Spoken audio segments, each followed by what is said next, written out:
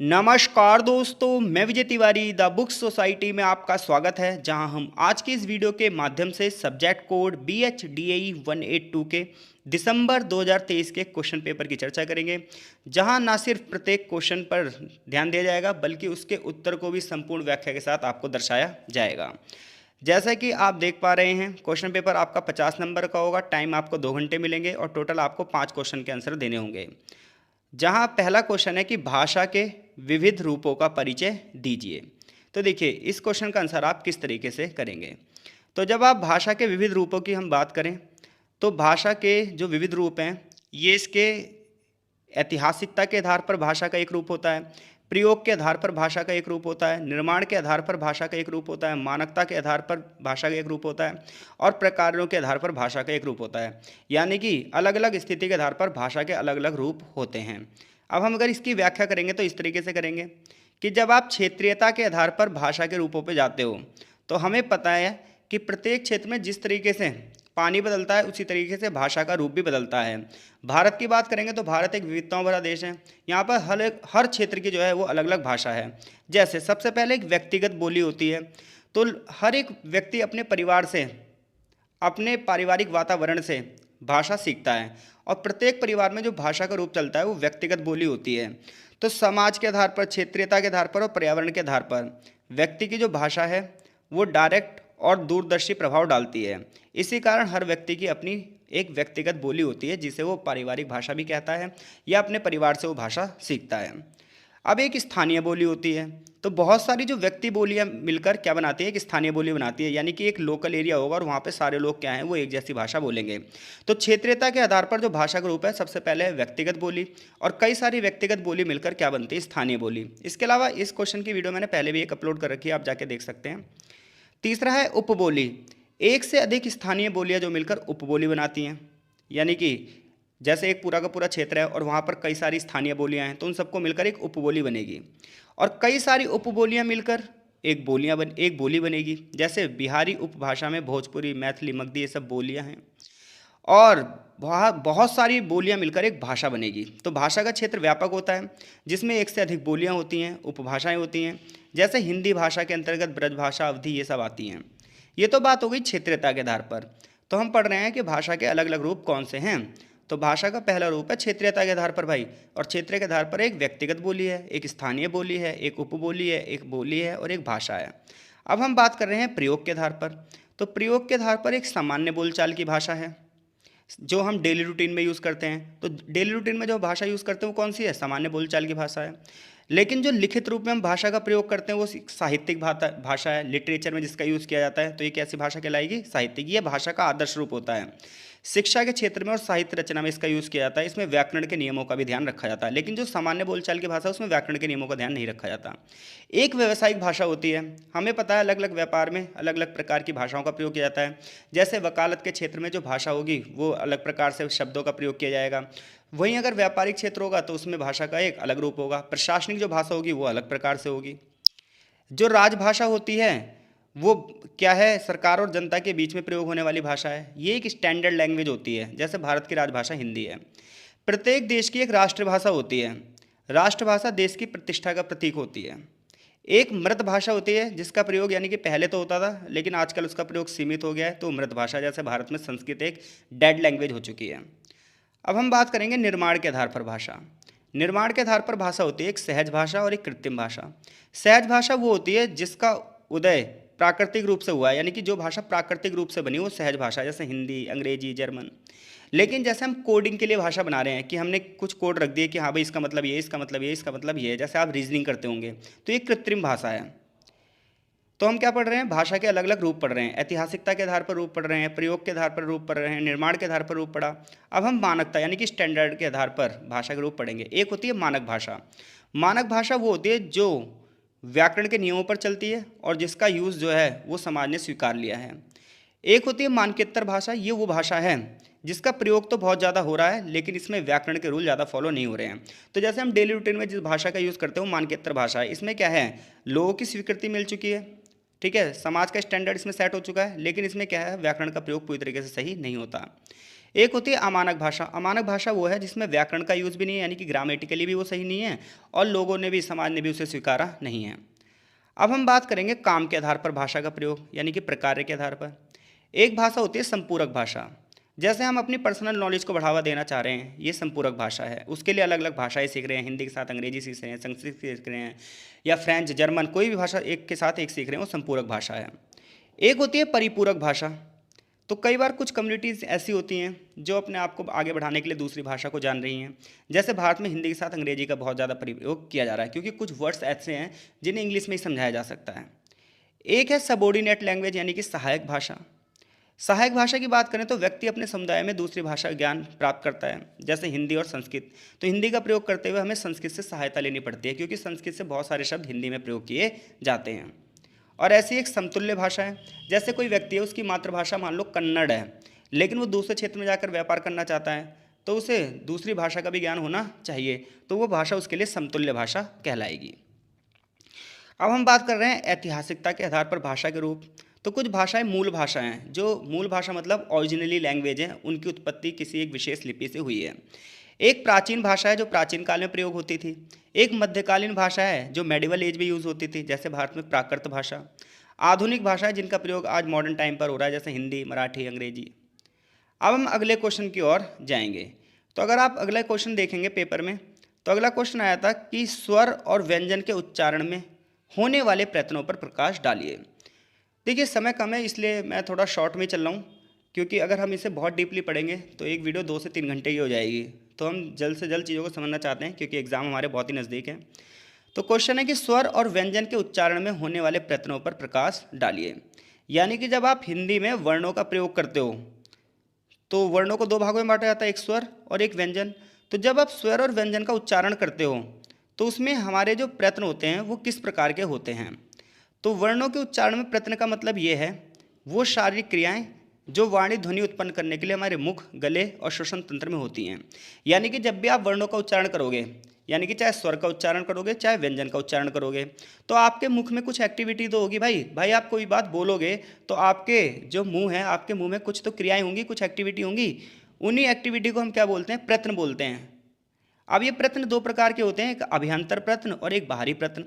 जो हमारे मुख के अंदर प्रयत्न होते हैं वो अभ्यंतर प्रयत्न कहलाते हैं, और जो मुख के बाहर प्रयत्न होते हैं वो बाहरी प्रयत्न कहलाते हैं। तो वर्णों के उच्चारण में जो भी प्रयत्न हमारे मुख के अंदर होते हैं, तो मुख के भीतर होने वाले प्रयत्नों को अभ्यंतर प्रयत्न कहते हैं। यानी कि क्वेश्चन हमसे ये पूछ रहा है, चाहे क्वेश्चन ऐसे पूछ ले वो कि वर्णों के उच्चारण में होने वाले प्रयत्न बताओ, चाहे क्वेश्चन ये पूछ ले स्वर और व्यंजन के उच्चारण में होने वाले प्रयत्न बताओ। तो जब भी हम किसी स्वर को बोलते हैं, किसी व्यंजन को बोलते हैं या किसी वर्ण को बोलते हैं, तो हमारे मुख में कुछ एक्टिविटी होती हैं जिन्हें हम प्रयत्न कहते हैं, और ये 2 प्रकार के होते हैं, एक अभ्यंतर और एक बाहरी। अभ्यंतर प्रयत्न का मतलब क्या हो गया, जो हमारे मुख के अंदर हम प्रयास करते हैं वो अभ्यंतर प्रयत्न कहलाते हैं। इनके भी 4 प्रकार होते हैं अभ्यंतर प्रयत्न के। तो देखिए अभ्यंतर जो प्रयत्न होते हैं ये 4 प्रकार के होते हैं। सबसे पहला प्रयत्न होता है विवृत प्रयत्न। विवृत प्रयत्न वो होता है जिन वर्णों को बोलते समय हमारी जिह्वा खुली रह जाए, वो सारे विवृत प्रयत्न होते हैं, और जितने भी स्वर होते हैं वो विवृत प्रयत्न के होते हैं। यानी कि जब आप स्वरों का उच्चारण करोगे, जैसे बोलो आप आ ई उ, जब जितने भी आप स्वर बोलोगे, जब इन स्वरों को बोलोगे तो आपकी जो जीभ है वो खुली रह जाएगी। तो जिन वर्णों को बोलते समय हमारी जीभ खुली रह जाए वो विवृत प्रयत्न है, और जितने भी स्वर होते हैं वो विवृत होते हैं। दूसरा होता है स्पृष्ट। जिन वर्णों को बोलते समय हमारी जो तालु है उसका जिह्वा के साथ क्या हो, संपर्क हो जाए, तो हम ये कहेंगे वो स्पृष्ट प्रयत्न है। जैसे का से लेके माँ तक के जितने भी वर्ण हैं वो इसके अंतर्गत ही आते हैं। आप बोलोगे का, खा, तो जो आपकी तालु है उसका संपर्क किसके साथ होगा, जीभ के साथ होगा। जैसे आप बोल के देखो, आप का बोलो, का, जैसे आप का बोलोगे वैसे ही आपकी जीभ जो है मुड़कर तालु के साथ स्पर्श करेगी। तो ये सारी एक्टिविटी मुख के अंदर हो रही हैं, और जो मुख के अंदर हमारी एक्टिविटी होती है वो अभ्यंतर एक्टिविटी कहलाती है। तीसरा सामान्य विवृत। जिन वर्णों का उच्चारण करते समय हमारी तालु भी खुली रह जाए और जीभ भी खुला रह जाए, तो हम ये कहेंगे ये सामान्य विवृत प्रयत्न है। जैसे या, र, ला, वा, इसमें क्या होगा, हमारी तालु भी खुली होगी और जीभ भी खुली होगी, ये सामान्य विवृत है। एक है सामान्य स्पृष्ट। जिन वर्णों का उच्चारण करते समय आपकी जीभ अलग अलग स्थानों को स्पर्श करेगी, तो हम कहेंगे वो सामान्य स्पृष्ट है। जैसे आप बोलो शा, जब आप शा बोलोगे तो जीभ जो है हमारी वो अलग अलग जगह को मुख के अंदर स्पर्श करेगी, तो ये सामान्य स्पष्ट हो जाएंगे। तो अब तक हम सिर्फ ये बात कर रहे हैं वर्णों का जो उच्चारण है उसमें जो हमारी मुंह की एक्टिविटी है वही एक्टिविटी क्या कहला रही है, प्रयत्न कहला रही है। और प्रयत्न कितने प्रकार के हो गए, दो, एक मुख के अंदर और एक मुख के बाहर। मुख के अंदर वाले प्रयत्न भी 4 प्रकार के हैं। अब मुख के बाहर वाले प्रयत्नों की बात करें तो वो बाहरी प्रयत्न कहलाते हैं। तो जिन वर्णों का उच्चारण में मुख से बाहर होने वाले प्रयत्न शामिल हों वो बाहरी प्रयत्न कहलाएंगे। ये 3 प्रकार के होते हैं। एक होता है जीभ का प्रयत्न, तो व्यंजन के उच्चारण में जो हमारी जीभ है वो मुख के अन्य प्रयत्नों के साथ मिलकर बनती है, वो जिह्वा का प्रयत्न कहलाता है। एक स्वर तंत्रियों का नाद होता है, यानी कि जब हम शब्दों को बोलते हैं तो कुछ वर्ण ऐसे होते हैं जिनमें क्या होती है, झंकार होती है, जबकि कुछ में झंकार नहीं होती। जिनमें झंकार होती है वो घोष व्यंजन कहलाते हैं। तो जिन व्यंजनों के उच्चारण में श्वास से स्वर तंत्रियों कंपन होते हैं, जैसे आप बोलो गा, घ, जा, झा, तो पता क्या होगा, आपके मुख के अंदर आपको ऐसा लगेगा कंपन हो रहा है। आप बोलो गा, जैसे आप गा बोलोगे मुख के अंदर आपके कंपन होगा, तो ये घोष व्यंजन है। जिनमें ये कंपन नहीं होगा वो अघोष व्यंजन है, जैसे का, खा, गुच्चा। आप यकीन नहीं तो आप बोल के देख लीजिए, आप प्रयोग करिए, आप समझ जाएंगे। तीसरा है प्राणवायु का वेग, इसके आधार पर भी 2 होते हैं। तो कुछ अक्षर ऐसे होते हैं जिन्हें बोलते समय जो श्वास वायु है वो कम मात्रा में बाहर आती है, जबकि कुछ ऐसे होते हैं जिन्हें बोलते हुए जो वायु है वो ज़्यादा मात्रा में हमारे मुख से बाहर आती है। तो जिन वर्णों के उच्चारण में प्राणवायु कम मात्रा में बाहर आए वो अल्प प्राण कहलाते हैं। तो प्रत्येक वर्ग का पहला, तीसरा और 5वां अक्षर, इसके अलावा या, रा, लावा, ये अल्प प्राण है। अब देखो, प्रत्येक वर्ग का पहला अक्षर, जैसे का वर्ग का का हो गया, तीसरा अक्षर गा हो गया, 5वां अक्षर डा हो गया। तो ये कैसे अक्षर हैं जिन्हें जैसे आप बोलोगे का, जैसे आप का बोलोगे तुरंत ही क्या होगा, जो हवा है वो बहुत कम मात्रा में निकलेगी। जबकि जिनसे वायु अधिक मात्रा में निकले वो क्या कहते हैं, महाप्राण। जैसे कि दूसरा और चौथा वर्ण, जैसे आप का बोलो और खा बोलो, जब का और खा बोलोगे तो का बोलते वक्त क्या है, हवा कम मात्रा में बाहर निकलेगी, जबकि जो खा बोलोगे आप तो हवा जो है बाहर ज़्यादा मात्रा में निकलेगी। तो अगर क्वेश्चन आपसे ये वाला पूछा जाए तो मैं ये आशा करता हूँ कि आप इस क्वेश्चन का आंसर अच्छे से दे देंगे। क्वेश्चन ये है कि स्वर और व्यंजन के उच्चारण में होने वाले प्रयत्नों पर प्रकाश डालिए। अब जो हमारा अगला क्वेश्चन है, क्वेश्चन नंबर 3। मैं ये आशा कर रहा हूँ कि वीडियो आपको अच्छे से समझ में आ रही होगी। जैसा कि आज ही पेपर है और ये वीडियो आज ही अपलोड की जा रही है, तो इसलिए थोड़ा सा शॉर्ट में हम चीज़ों को चला रहे हैं, क्योंकि अगर हम अच्छे से इसे डिस्क्राइब करेंगे तो बहुत ज़्यादा समय लग जाएगा। अगला क्वेश्चन है, स्वर के प्रकारों को रेखांकित कीजिए। क्वेश्चन पेपर में भी आपको दिखा देता हूँ मैं। क्वेश्चन पेपर में क्वेश्चन नंबर 3 है, स्वर के प्रकारों को रेखांकित कीजिए। यहाँ थोड़ा सा मिसप्रिंट है, यहाँ पर रा आना चाहिए। तो स्वर के प्रकारों को रेखांकित कीजिए, यानी कि आपसे पूछ रहा है स्वर के प्रकार कौन कौन से हैं। तो देखिए, चाहे आप संस्कृत व्याकरण पढ़ो चाहे हिंदी व्याकरण पढ़ो, आपको क्या होगा, स्वर ध्वनियों के आधार पर बटे हुए मिलेंगे, क्योंकि स्वर वे ध्वनि है जिनके उच्चारण में वायु बिना किसी बाधा के मुख से बाहर निकलती है। देखो, हर ग्रामर में जब आप पढ़ते हैं तो आपको पता चला जो अल्फ़ाबेट हैं, अल्फ़ाबेट में 2 चीज़ें होती हैं, एक वोवल होता है और एक कॉन्सोनेंट होता है, यानी कि एक स्वर होते हैं और एक व्यंजन होते हैं। अब जब आप स्वरों की बात करेंगे, जब आप स्वर का उच्चारण करेंगे तो वायु बिना किसी रुकावट के बाहर आएगी। जैसे आप बोलो आ, ई, उ, ए, जो भी बोलोगे आप, क्या होगा, जो हवा है वो बिल्कुल बिना रुकावट के बाहर आएगी। लेकिन जब आप व्यंजनों का उच्चारण करोगे, का, खा, यहाँ पर हवा रुक कर बाहर आएगी। तो स्वर की पहली विशेषता होती है कि इसके उच्चारण में वायु बिना किसी बाधा के मुख से बाहर निकलती है। और स्वरों को उनके उच्चारण के समय मुख के आकार और श्वास के अनुसार बांटा जाता है। जो स्वर होते हैं इन्हें हम 2 प्रकार से बांटते हैं, एक होते हैं ह्रस्व स्वर और एक होते हैं दीर्घ स्वर। अब जो ह्रस्व स्वर हैं, शॉर्ट वोवल्स हैं, ये स्वर कम समय में उच्चारित किए जाते हैं। यानी कि पहली बात यह है, आपको पता है अल्फ़ाबेट में एक स्वर होता है, एक व्यंजन होता है, यानी कि एक वोवल होता है, एक कॉन्सोनेंट होता है। अब वोवल की विशेषता क्या है, यानी कि स्वर की विशेषता क्या है, तो स्वर की विशेषता ये है कि भाई इसमें वायु जो है बिना किसी बाधा के मुख से बाहर निकलती है। और इसे 2 भागों में बांटा जाता है, एक ह्रस्व स्वर और एक दीर्घ स्वर। ह्रस्व स्वर वो होते हैं जो कम समय में उच्चारित हो जाते हैं। इन स्वरों में अधिक खिंचाव नहीं होता, अधिक विस्तार नहीं होता। जितने भी छोटी मात्रा के स्वर हैं वो ह्रस्व स्वर कहलाते हैं। जैसे आप बोलो अ, इ, उ, री, तो आप ये बोलोगे तो ये ह्रस्व स्वर हैं। लेकिन दीर्घ स्वर में क्या होगा, ये लंबे समय में उच्चारित होंगे, इनमें तुलना में ज़्यादा विस्तार होगा ह्रस्व स्वरों की। जैसे बोलो आ, ई, उ, ए, ओ, औ। तो अगर आप छोटे से अनार बोलोगे आ, तो वो ह्रस्व स्वर है, लेकिन आप बोलोगे आ तो ये दीर्घ स्वर है। आप बोलोगे ई, ये दीर्घ ह्रस्व स्वर है, लेकिन आप बोलोगे ई, ये दीर्घ स्वर है।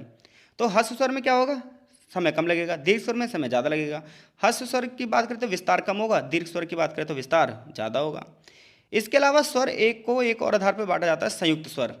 तो 2 स्वर मिलकर जब एक नया स्वर बनाते हैं, यानी कि 2 वोवल मिलकर एक नया वोवल जब बनाते हैं तो वो संयुक्त कहलाते हैं। जैसे जब आप ए की बात करोगे तो ये आ और ई से मिलकर बना है, ए की बात करोगे तो ये भी आ और ए से मिलकर बना है, ओ की बात करोगे तो यह आ और ऊ से मिलकर बना है, औ की बात करोगे तो आ और औ से मिलकर बना है।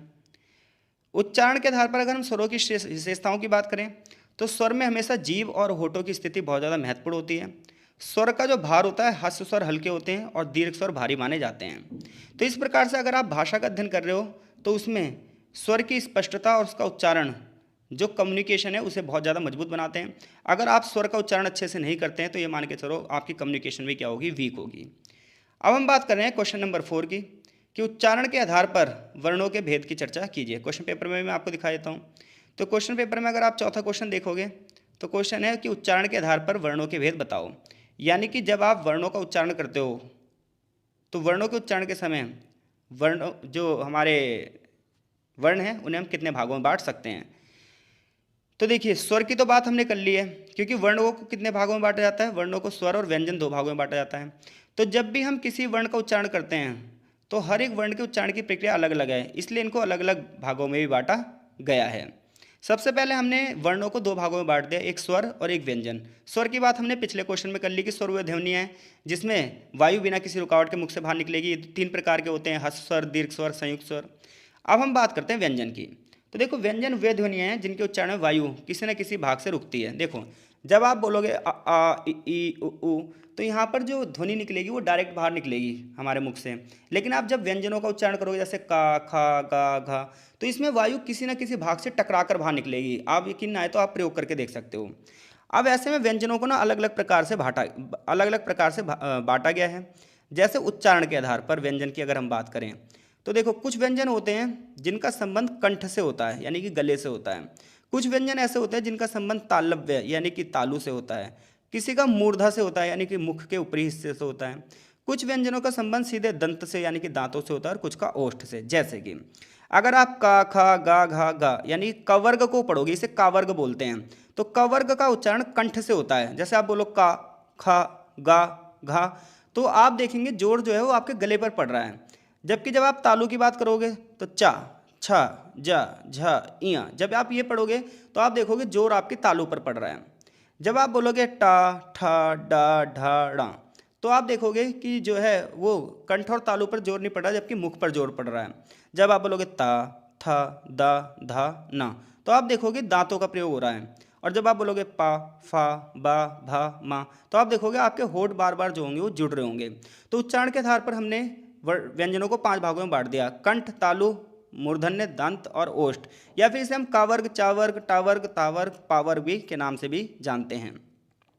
इसके अलावा अंतस्थ या रा, लावा जो व्यंजन है अंतस्थ होते हैं, और ऊष्म जो सा, शा, सा, हा जो हैं ये इन्हें घर्षण या फिर ऊष्म ध्वनि कहते हैं। अब उच्चारण के प्रयोग के आधार पर भी व्यंजन 2 प्रकार के होते हैं, एक घोष व्यंजन और एक अघोष। घोष व्यंजन वो होते हैं जिनमें ध्वनियों का उच्चारण हो, कंपन हो, जैसे गा, जा, डा। अघोष वो होते हैं जिनमें ध्वनियों का उच्चारण नहीं होता, जैसे का, चा, टा। कुछ व्यंजन ऐसे होते हैं जो स्पर्श से बनते हैं, जैसे का और पा। कुछ घर्षण से बनते हैं, जैसे शा और सा। तो इस प्रकार से जो व्यंजन हैं, जो स्वर हैं, ये उच्चारण प्रक्रिया में एक महत्वपूर्ण भूमिका निभाते हैं। तो उच्चारण के समय स्वर और व्यंजन के मेल से बनने वाले जो शब्द होते हैं उन्हें स्वरांश या स्वरत्व भाषा भी कहते हैं। तो इस प्रकार से हमें पता चलता है जो वर्ण है वो भाषा का एक मौलिक घटक है। अगर हम इनका उच्चारण ढंग से नहीं कर पा रहे हैं तो हमारी कम्युनिकेशन सिस्टम जो है वो बेकार हो जाएगी। भारतीय भाषाओं में वर्णों का जो वर्गीकरण है ये ध्वनि विज्ञान की समृद्ध परंपरा को दर्शाता है कि अगर आप ध्वनि विज्ञान को सीखना चाहते हो, उच्चारण को अच्छे से सीखना चाहते हो, तो आपको वर्णों का सही प्रयोग करना आना चाहिए। अब अगला क्वेश्चन है हमारे क्वेश्चन पेपर में कि वचन विधान क्या है, उदाहरण सहित उत्तर दीजिए। तो क्वेश्चन पेपर में भी मैं दिखा दे रहा हूँ आपको। क्वेश्चन नंबर हमारा जो 5वां है वो वचन विधान क्या है, सावधान सहित स्पष्ट कीजिए। तो देखो, आपने इंग्लिश में भी और हिंदी में भी सिंगुलर और प्लूरल पढ़ा होगा। अब जो ये सिंगुलर और प्लूरल आपने पढ़ा होगा, बस यही बता देना वचन विधान यही है।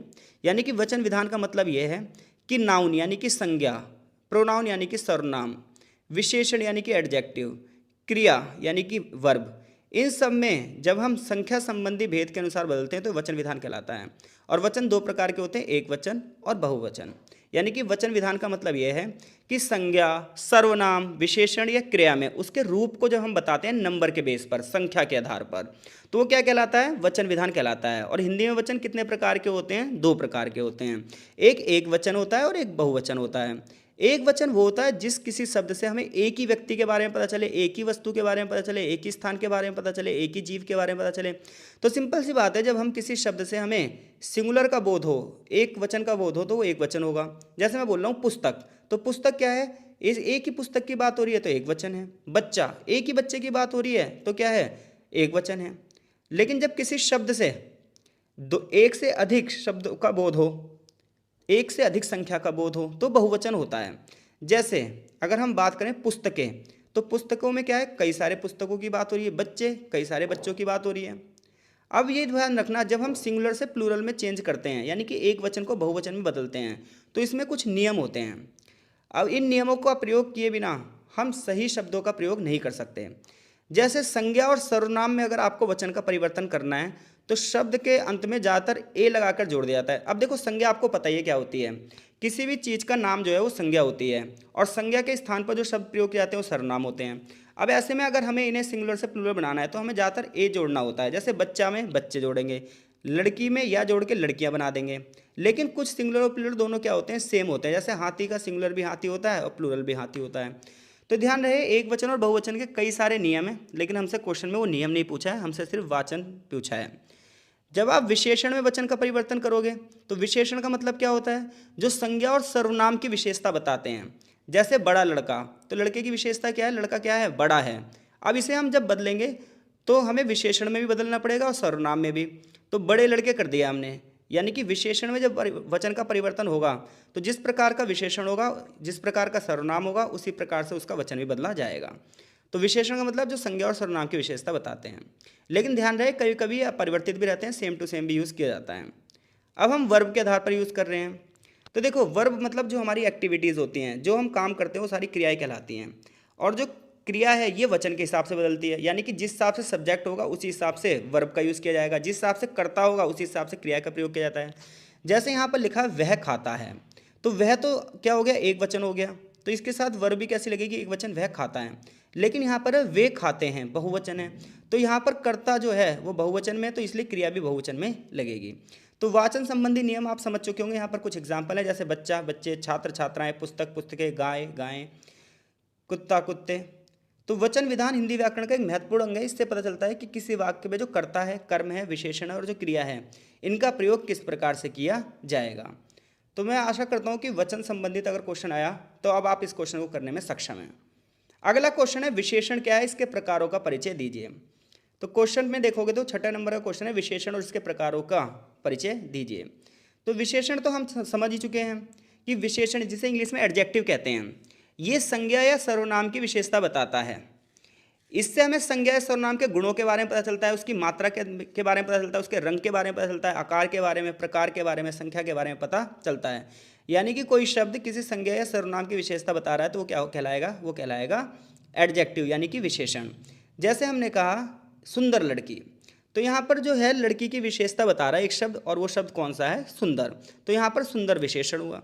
मैंने कहा बड़ा घर, तो घर कैसा है, घर बड़ा है, तो यहाँ पर बड़ा जो है वो विशेषण है और एक घर के आकार की जानकारी दे रहा है। अब हम विशेषण की प्रकार की बात करें तो देखो, अलग अलग किताबों में विशेषण के जो है वो अलग अलग प्रकारों की बात की जाती है। मुख्यतः वैसे इसके 4 प्रकार होते हैं, बट यहाँ पर हम कुछ अलग से 1-2 चीज़ें भी और पढ़ेंगे। एक होता है गुणवाचक विशेषण, तो ऐसे शब्द जो संज्ञा या सर्वनाम के गुण बताएं, स्वभाव बताएं, तो हम कहेंगे गुणवाचक विशेषण है। जैसे यह एक ईमानदार आदमी है, तो आदमी कैसा है, ईमानदार, उस आदमी का गुण क्या है, ईमानदारी। तो जो किसी व्यक्ति के गुणों के बारे में बताए वो गुणवाचक विशेषण कहलाता है। एक होता है परिमाणवाचक विशेषण। परिमाणवाचक विशेषण जो होता है वो किसी चीज़ का परिमाण दर्शाता है, जैसे ज़्यादा, कम, आधा। तो उसने आधा खाना खाया, तो उसने कितना खाना खाया, आधा, तो यहाँ पर ये परिमाण बता रहा है, इसलिए ये परिमाणवाचक विशेषण है। एक होता है संख्यावाचक विशेषण, ये संज्ञा की संख्या को बताता है, और ये भी कई प्रकार के होते हैं, 2 प्रकार के, एक निश्चित संख्या और एक अनिश्चित। यानी कि जब हमें पता चले कि संख्या निश्चित है तो निश्चित संख्यावाचक होगा। जैसे हमने कहा 2 हाथी हैं, तो फिक्स है कि हाथी 2 हैं, तो एक 2 क्या है, हाथी कितने हैं, 2 हैं। अब जो ये 2 है ये संख्या को दर्शा रहा है और निश्चित संख्या को दर्शा रहा है। अनिश्चित की बात करें तो हम ये कहें कुछ बच्चे हैं क्लास के अंदर, तो कुछ जो है ये अनिश्चित वाचक है। जैसे कुछ लोग बहुत अच्छे होते हैं, तो ये कैसा है, अनिश्चित वाचक है। एक होता है क्रमवाचक जिसमें ऑर्डर लगे होते हैं, पहला दूसरा, जैसे राम ने पहला पुरस्कार जीता, श्याम ने दूसरा पुरस्कार जीता, तो ये क्रमवाचक विशेषण है। एक होते हैं संबंधवाचक विशेषण, जब किसी शब्द से किसी व्यक्ति, वस्तु या स्थान के संबंध को प्रकट करे, जैसे मेरा, तेरा, उनका। जैसे मैं कहूँ ये मेरी किताब है, तो इस किताब का संबंध किससे हुआ? मुझसे हुआ, तो यहाँ पर क्या होगा? ये संबंधवाचक विशेषण है। एक होता है प्रश्नवाचक विशेषण जिसमें प्रश्न के पूछने का बोध होता है, जैसे कौन सा, कैसा, ये सब जो शब्द हैं ये संख्यावाचक, ये प्रश्नवाचक विशेषण है। जैसे मैं पूछूं तुम्हारा पसंदीदा रंग कौन सा है, तो यहाँ पर जो वर्ड है ये कौन सा, ये प्रश्नवाचक विशेषण है। निश्चयवाचक विशेषण के बारे में हमने पहले से ही पढ़ लिया है। तो इस प्रकार से विशेषण वाक्य की स्पष्टता के बारे में बताते हैं और व्याकरण के नियमों को अर्थपूर्ण रूप से प्रयोग करने में मदद करते हैं, जिससे हमारा भाषा का जो ज्ञान है वो मजबूत होता है। तो अगर आप इस प्रकार से प्रश्नों के उत्तर लिखते हैं तो आपको नंबर मिलने की संभावना बहुत ज़्यादा हो जाती है।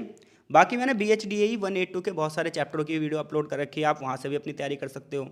बट एग्जाम को देखते हुए हमने कुछ महत्वपूर्ण प्रश्नों को यहाँ पर आपके साथ रखा है, जहाँ प्रीवियस ईयर क्वेश्चन पेपर बहुत ज़्यादा इंपॉर्टेंट होते हैं इग्नू में।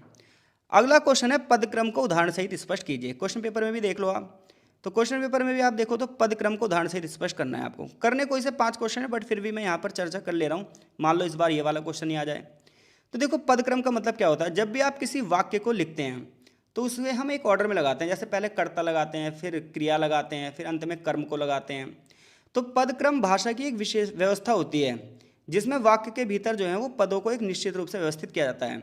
और ध्यान रहे, अगर आपके पद क्रम में नहीं लगे हैं तो जो वाक्य है उसका अर्थ बदल सकता है। तो जैसे कि आपने इंग्लिश में पढ़ा होगा ग्रामर में, सब्जेक्ट प्लस वर्ब की फर्स्ट फॉर्म प्लस में एस या ई एस प्लस में ऑब्जेक्ट, ये क्या है? पदक्रम है। इसी प्रकार से हिंदी में भी होता है। हिंदी में सब्जेक्ट को कर्ता बोलते हैं, वर्ब को क्रिया बोलते हैं और ऑब्जेक्ट को कर्म बोलते हैं। तो कर्ता, क्रिया, कर्म का जो उचित स्थान है उस स्थान पर उसका प्रयोग किया जाना क्या कहलाता है? पदक्रम कहलाता है।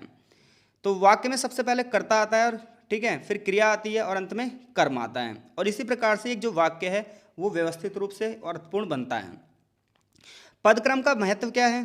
तो पदक्रम का महत्व इसलिए क्योंकि ये शब्दों का सही क्रम लगाता है, इससे हमें वाक्य के भाव के बारे में पता चलते हैं। अगर पदक्रम बदल जाएगा तो वाक्य का जो अर्थ है वो भी बदल जाएगा। जैसे मैं बोलूँ राम स्कूल जाता है, तो राम स्कूल जाता है, इसमें राम क्या है? कर्ता है, स्कूल क्या है? कर्म है, और जाना क्या है? क्रिया है। तो राम कहाँ जाता है? राम स्कूल जाता है।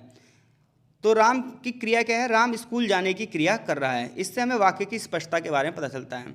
लेकिन अगर इसी वाक्य को हम ऐसे लिख दें, गलत जाता है राम, तो यहाँ पर जो है पदक्रम क्या है? भंग हो गया है, जिससे वाक्य अस्पष्ट है और असामान्य लग रहा है।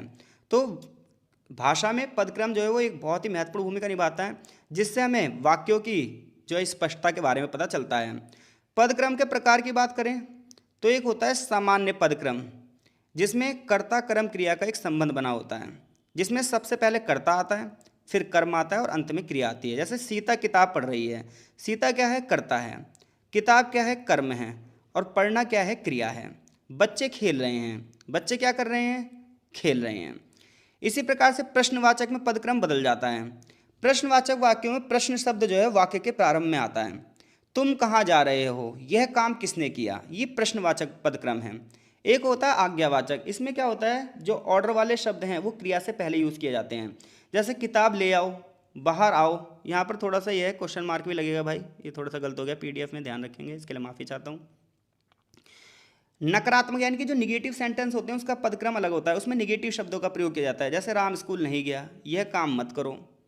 एक होता है संबोधन वाले, जिसमें संबोधन किया जाता है, हे भगवान मुझे राह दिखाओ, मित्र काम पर ध्यान दो। ये संबोधन वाले वाक्य हैं। तो पदक्रम अगर बदल गया तो अर्थ और प्रभाव में ही बदल जाएगा। जैसे सही है राम ने रोटी खाई, तो इसका मतलब है राम ने रोटी खा ली। लेकिन कहूँ रोटी राम ने खाई, तो यहाँ पर क्या हो जाएगा? रोटी पर बल दिया जाएगा, और रोटी राम ने खाई, तो इसमें क्या है? पदक्रम क्या हो गया? पूरी तरीके से भंग हो गया। खाई राम ने रोटी, ये वाक्य असामान्य और अस्पष्ट लग रहा है, इसमें तो बिल्कुल ही पदक्रम बेकार है। तो निष्कर्ष ये निकलता है कि अगर हमें भाषा का सही रूप जानना है तो पदक्रम का पालन करना बहुत ही ज़्यादा अनिवार्य है, क्योंकि जो सेंटेंस का क्या उद्देश्य है ये हमें पदक्रम से ही पता चलता है। अगर पदक्रम बिगड़ गया तो ये मान के चलो जो सेंटेंस लिखा है उसका सही अर्थ भी हम समझ नहीं पाएंगे। मैं ये आशा करता हूँ इस क्वेश्चन का आंसर भी आप अच्छे से दे दोगे। अगला क्वेश्चन है संप्रेषण को स्पष्ट कीजिए और भाषिक संप्रेषण की प्रक्रिया पर प्रकाश डालिए। तो आप ये क्वेश्चन देख सकते हो, यहाँ पर भी है। कि संप्रेषण को स्पष्ट करो और भाषिक संप्रेषण बताओ। तो देखो, संप्रेषण को इंग्लिश में बोलते हैं कम्युनिकेशन। संप्रेषण को इंग्लिश में क्या बोलते हैं? कम्युनिकेशन। तो आप किसी से बातचीत वार्तालाप कर रहे हैं, ये संप्रेषण का एक भाग है। तो कम्युनिकेशन में यानी कि संप्रेषण में बातचीत है, और बातचीत के माध्यम से हम क्या करते हैं? अपने विचारों को साझा करते हैं, अपनी भावनाओं को साझा करते हैं, जानकारी प्रदान करना चाहते हैं, अपने संदेश को एक स्थान से दूसरे स्थान पर भेजना चाहते हैं। ये सारी एक्टिविटी जो है संप्रेषण का भाग है। संप्रेषण जो है वो सोशल एक्टिविटी, एक सामाजिक प्रक्रिया है जिसमें व्यक्ति अपने विचारों को, अपने अनुभवों को, अपनी जानकारी को, अपनी भावनाओं को दूसरों तक पहुंचाने का प्रयास करता है। तो संप्रेषण का मतलब कम्युनिकेशन है। संप्रेषण कई प्रकार का होता है। संप्रेषण होता है मौखिक, यानी कि जिसमें हम ओरली बात करते हैं। लिखित, जिसमें हम पत्राचार करते हैं, पत्रों पर लिख के बात करते हैं। गैर मौखिक, यानी कि संकेतों में, साइन लैंग्वेज में बात करते हैं। अब हमें भाषा संप्रेषण के बारे में उसने पूछा है। तो भाषिक संप्रेषण वह प्रक्रिया है जिसमें हम भाषा का उपयोग करके अपने विचारों को, अपनी इन्फॉर्मेशन यानी कि सूचनाओं को, अपनी भावनाओं का आदान प्रदान करते हैं। यानी कि भाषा का उपयोग करके विचारों को, सूचनाओं को, भावनाओं को एक जगह से दूसरी जगह भेजा जाता है, वो भाषिक संप्रेषण है। और आप सबको पता है, हर समाज की अपनी एक भाषा होती है, और भाषा मानव संप्रेषण का सबसे मजबूत साधन है। क्योंकि अगर किसी को भाषा का ज्ञान ही नहीं होगा तो वो कम्युनिकेशन कैसे करेगा? उदाहरण के लिए, शिक्षक ने छात्रों को पाठ समझा दिया, ये मौखिक संप्रेषण है। छात्र ने अपनी समस्या को पत्र के माध्यम से लिखा, तो ये लिखित संप्रेषण है। अब भाषिक संप्रेषण की प्रक्रिया में क्या क्या चीज़ें होती हैं? तो सबसे पहले भाषिक संप्रेषण में एक होता है सेंडर, जिसे हम हिंदी में बोलते हैं प्रेषक। प्रेषक वह व्यक्ति होता है जो संदेश का निर्माण करता है और संदेश को भेजता है। इसमें वो अपने विचारों को, अपनी भावनाओं को, अपनी जानकारी को आप तक पहुंचाने का प्रयास करेगा। तो भाषिक संप्रेषण में सबसे पहला बंदा कौन होता है? प्रेषक। जैसे एक क्लास में जो शिक्षक होता है वो प्रेषक होता है, क्योंकि वो संदेश का निर्माण कर रहा है और वही कक्षा का संचालन कर रहा है। भाषिक संप्रेषण में दूसरी क्रिया होती है संदेश, यानी कि एक तो हो गया जो संदेश को भेजेगा, और एक जिस चीज़ को भेजेगा वो क्या है? संदेश, वो सामग्री है इसमें प्रेषक ग्राहक तक पहुंचाना चाहता है। ये अपना विचार भी हो सकता है, कोई इन्फॉर्मेशन भी हो सकती है, और इसके लिए वो भाषा का प्रयोग करेगा, शब्दों का प्रयोग करेगा, संकेतों का प्रयोग करेगा और प्रतीकों का भी प्रयोग करेगा। उदाहरण के लिए, पढ़ाई के महत्व को समझाओ, यह संदेश हो सकता है। तीसरी बात है मीडियम, यानी कि जब आप भाषिक संप्रेषण की बात करोगे तो भाषिक संप्रेषण में सबसे पहला कंपोनेंट क्या है? प्रेषक है। दूसरा संदेश है। तीसरा क्या है? माध्यम। जब आप किसी को संदेश भेजोगे तो आपका माध्यम क्या है, ये भी मैटर करता है कि आप मौखिक रूप से संदेश भेज रहे हो, लिखित रूप से, या फिर किसी चित्र के माध्यम से, जैसे कि वार्ता, पत्र, ईमेल, टेलीफोन। चौथी चीज़ होती है भाषिक संप्रेषण में ग्राहक। ग्राहक वह व्यक्ति है जो संदेश को प्राप्त करता है। अब देखो भाई, ध्यान रहे, ग्राहक और प्रेषक के बीच में संबंध होता है, यानी कि संदेश देने वाला और संदेश लेने के वाले के बीच में संबंध होता है। संबंध भाषा का होना चाहिए, यानी कि अगर मैं आपको समझा रहा हूँ और आपको ये भाषा ही नहीं समझ में आ रही तो आप कैसे समझोगे? तो यानी कि दोनों बंदों को सेम लैंग्वेज का ज्ञान होना बहुत ज़्यादा जरूरी है। जैसे हम हिंदी का पेपर है हमारा और हमें हिंदी नहीं आती, तो फिर हम हिंदी का पेपर कैसे लिखेंगे? तो ध्यान रहे, ग्राहक और प्रेषक दोनों में संबंध होना चाहिए, दोनों को भाषा ज्ञान होना चाहिए। फिर आता है लास्ट में फीडबैक, प्रतिक्रिया, जहाँ ग्राहक प्रेषक के संदेश को समझता है और अपना फीडबैक देता है, यानी कि अपनी प्रतिक्रिया देता है। इससे पता चलता है कि कम्युनिकेशन कितना प्रभावी रहा। अगर फीडबैक नहीं मिल रहा तो आप ये मान के चलो कम्युनिकेशन बेकार था। तो अगर हम संप्रेषण की बात करें तो भाषाई संप्रेषण में कितने चरण हैं? 5 चरण हैं। सबसे पहला प्रेषक, फिर संदेश, फिर माध्यम, फिर ग्राहक और फिर प्रतिक्रिया। लास्ट में छठा संदर्भ। संदर्भ का मतलब होता है कि हम जब किसी चीज़ के बारे में बताते हैं तो उसके लिए एक उदाहरण का प्रयोग करते हैं, और ये परिस्थितियों पर निर्भर होता है। अब हम बात कर रहे हैं संप्रेषण के मार्ग में क्या क्या बाधाएं आती हैं। तो जब हम संप्रेषण कर रहे हैं, यानी कि कम्युनिकेशन कर रहे हैं, वहाँ पर अगर शोर है, सामने वाले को भाषा का ज्ञान नहीं है, समझ की कमी है, तो ये संप्रेषण के मार्ग में आने वाली बाधाएं हैं जो कि कम्युनिकेशन को रोकती हैं। सपोज दैट हम हिंदी में बात कर रहे हैं और सामने वाले को हिंदी नहीं आती, तो ये संप्रेषण में रुकावट आ जाएगी। दूसरी बात यह है कि हम क्लास में बातचीत कर रहे हैं और लोग बात शोर मचा रहे हैं, तो लोग ढंग से सुन ही नहीं पाएंगे, तो कम्युनिकेशन रुक जाएगी। और दूसरी बात है शब्दों के अर्थ को समझना। अगर सामने वाले को शब्दों का ज्ञान ही नहीं है, समझ की कमी हो जाएगी और भाषा वहीं पर रुक जाएगी। तो भाषिक संप्रेषण के जो गुण हैं वो ये होने चाहिए। सबसे पहली बात तो जब आप कम्युनिकेशन करें तो आपके जो संदेश हैं वो सरल होने चाहिए, स्पष्ट होने चाहिए, ऐसी भाषा में होने चाहिए जिन्हें सामने वाला समझ सके। संक्षिप्तता होनी चाहिए, यानी कि संदेश ज़्यादा बड़े नहीं होने चाहिए, छोटे होने चाहिए। संदेश संबोधन उपयुक्त होना चाहिए, सीधा और उद्देश्यपूर्ण होना चाहिए, यानी कि बेकार की बातें नहीं होनी चाहिए, और ग्राहकों को ध्यान से सुनना चाहिए। कम्युनिकेशन का इंपॉर्टेंस क्या है, यानी कि भाषिक संप्रेषण का महत्व क्या है? तो सामाजिक संबंध इससे मजबूत बनते हैं। आपको पता है विचारों को साझा करने से ही व्यक्तियों में रिश्तों का निर्माण होता है। तो जो सामाजिक संबंध मजबूत होते हैं ये भाषिक संप्रेषण के माध्यम से होते हैं। शिक्षा और ज्ञान का आदान प्रदान भी भाषिक संप्रेषण के माध्यम से होता है। जो वर्क प्लेस है यानी कि जो कार्यस्थल है यहाँ पर भी अच्छे से संवाद हो सकता है और निर्णय और समस्या के जो समाधान है वो आसानी से हो सकते हैं। तो भाषिक संप्रेषण मानव जीवन का अभिन्न अंग है, क्योंकि व्यक्ति पर डे अपने विचारों को, अपनी भावनाओं को, अपनी जानकारी को एक दूसरे से आदान प्रदान कर रहा है। और सही कम्युनिकेशन जब भी हो सकती है जब ग्राहक और प्रेषण के बीच में ये अच्छे से प्रेषित हो सके। अगर आपको कोई पीडीएफ चाहिए तो आप हमारे टेलीग्राम ग्रुप में जुड़ सकते हैं। मैं आशा करता हूँ चीज़ें आपको अच्छे से समझ में आई होंगी। 8 में से 5 क्वेश्चन कोई से भी आप कर सकते थे। आई होप सो कुछ क्वेश्चन आपके आज के पेपर में भी आए। तो गुड लक आपके एग्जाम के लिए। आपका बहुत बहुत धन्यवाद। मिलते हैं आपसे नेक्स्ट सब्जेक्ट कोड के साथ।